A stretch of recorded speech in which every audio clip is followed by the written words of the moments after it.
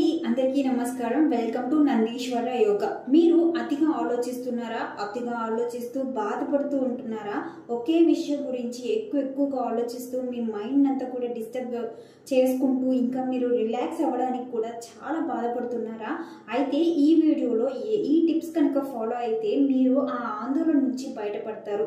ఇంకా మీ చుట్టుపక్కల ఇలాగే దిగులు పడుతూ ఆందోళన పడుతూ ఉన్న వాళ్ళు ఎవరైనా సరే, మీ రిలేటివ్స్ కానీ, మీ ఫ్రెండ్స్ కానీ, మీ ఫ్యామిలీ మెంబర్స్ కానీ ఎవరైనా సరే ఇలా బాధపడుతూ ఉన్నట్లయితే మీరు వాళ్ళకి ఎలా సజెస్ట్ చేయాలి, మీరు వాళ్ళతో ఎలా మాట్లాడాలి అనేది ఈ వీడియోలో నేను మీకు ఎక్స్ప్లెయిన్ చేస్తానండి. వీడియో చాలా ఇన్ఫర్మేటివ్గా ఉంటుంది.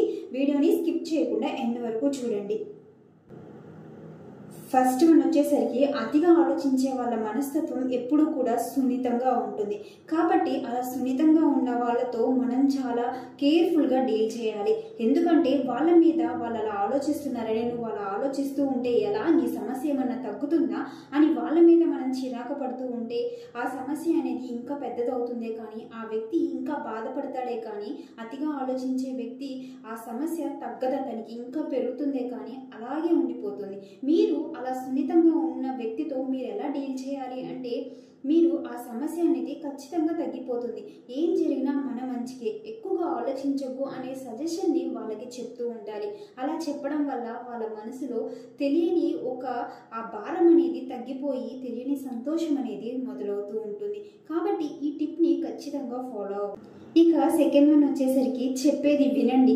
ఎందుకు వినవు అని పెద్దగా అరుస్తూ ఉంటే వాళ్ళు అస్సలే మారరు. వాళ్ళకి చెప్పేటప్పుడు కూడా చాలా సున్నితంగా చెప్పాలి. మీరు ఈ సమయంలో ఈ పని చేయడం వల్ల మనకి మంచి జరుగుతుంది. ఎక్కువగా అదే పని గురించి ఎక్కువ ఆలోచిస్తూ ఆందోళన పడుతూ ఉంటే ఆ పని ఇంకా భారం అవుతుందే కానీ నీ మనసులో ఆ ఆలోచన అనేది ఎక్కువైపోతుందే కానీ అది తగ్గదు. కాబట్టి చెప్పేటప్పుడు చాలా సున్నితంగా చెప్పండి. చెప్పేది విను అని గట్టిగా అరవకుండా, ఇలా చేస్తే ఇలాగే చెయ్యి, అలాగే చెయ్యి అని చెప్పేసి కండిషన్స్ పెట్టకుండా మీరు చెప్పేటప్పుడు చాలా సున్నితంగా చెప్పడం వల్ల కూడా వాళ్ళల్లో మార్పు అనేది వస్తుంది. అతిగా ఆలోచించే వాళ్ళు, అతిగా ఆందోళన పడే వాళ్ళ మనసు చాలా తేలిక పడుతుంది. ఈ టిప్ని కూడా ఖచ్చితంగా ఫాలో అవ్వండి. ఇక థర్డ్ వన్ వచ్చేసరికి తోడుగా ఉండడం. మీ ఇంట్లో ఎవరైనా సరే మీ సొంత వాళ్ళు బాధపడుతూ ఆందోళన పడుతూ అతిగా ఆలోచిస్తూ ఉన్నట్లయితే వాళ్ళకి మీరు తోడుగా ఉండండి. నీ సమస్య తగ్గిపోతుంది.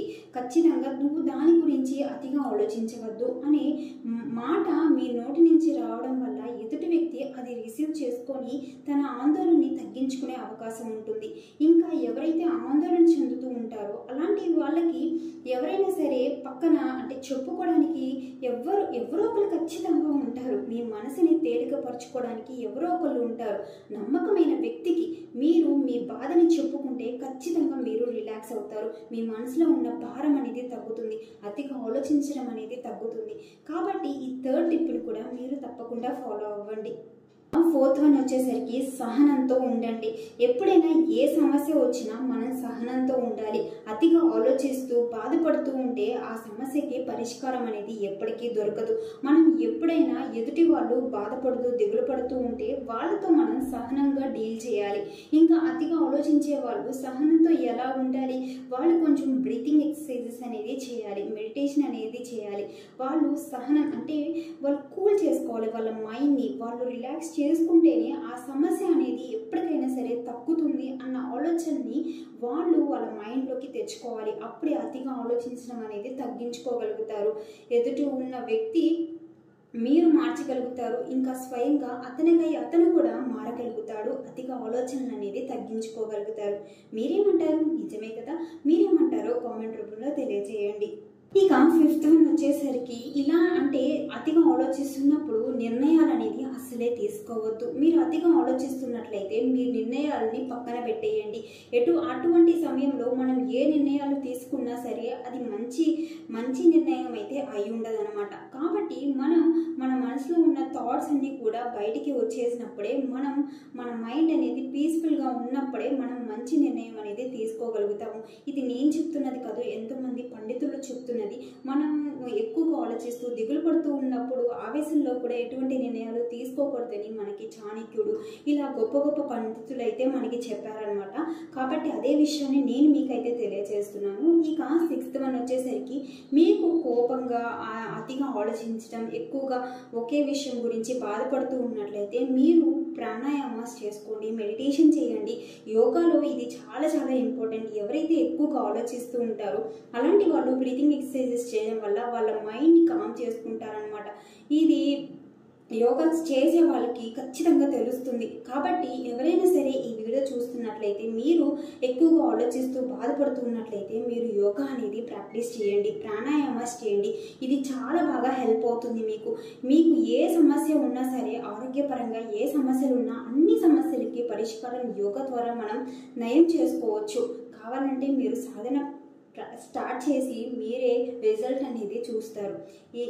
మీకు ఎలా అనిపించిందో ఈ వీడియో కామెంట్ రూపంలో తెలియచేయండి. మీరు కూడా అతిగా ఆలోచిస్తున్నారా? నేను కూడా చాలా అతిగా ఆలోచిస్తూ ఉంటాను. ఒక చిన్న విషయం గురించి ఎంతో ఎక్కువ ఆలోచించి బాధపడుతూ ఉంటాను. నాలాంటి వాళ్ళు చాలామంది ఉంటారు. కాబట్టి ఈ వీడియో మీరు ఇలాంటి టిప్స్ ఫాలో అవ్వడం వల్ల మీ మైండ్ అనేది కామ్గా అవ్వడానికి ఉపయోగపడుతుందని ఈ వీడియో అయితే చేశాను. ఈ వీడియో నచ్చితే లైక్ చేయండి, షేర్ చేయండి. యోగా వీడియోస్ మన ఛానల్లో చాలా ఉన్నాయి. మీరు ఎక్సర్సైజెస్ వీడియోస్, వర్కౌట్ వీడియోస్ ఉన్నాయి. మీకు కావాలనుకుంటే ఒకసారి ఛానల్లోకి వెళ్ళి చూడండి. నేను రిలేటెడ్ వీడియోస్ డిస్క్రిప్షన్లో కూడా ఇస్తాను. కావాలంటే ఈ వీడియో నచ్చితే మాత్రం లైక్ చేయండి, సబ్స్క్రైబ్ చేసుకోండి. పక్కనే ఉన్న బెల్ ఐకాన్ యాక్టివేట్ చేసుకోవడం వల్ల నేను పెట్టే లేటెస్ట్ వీడియోస్ మీరు మిస్ అవ్వకుండా చూడగలరు. Thanks for watching.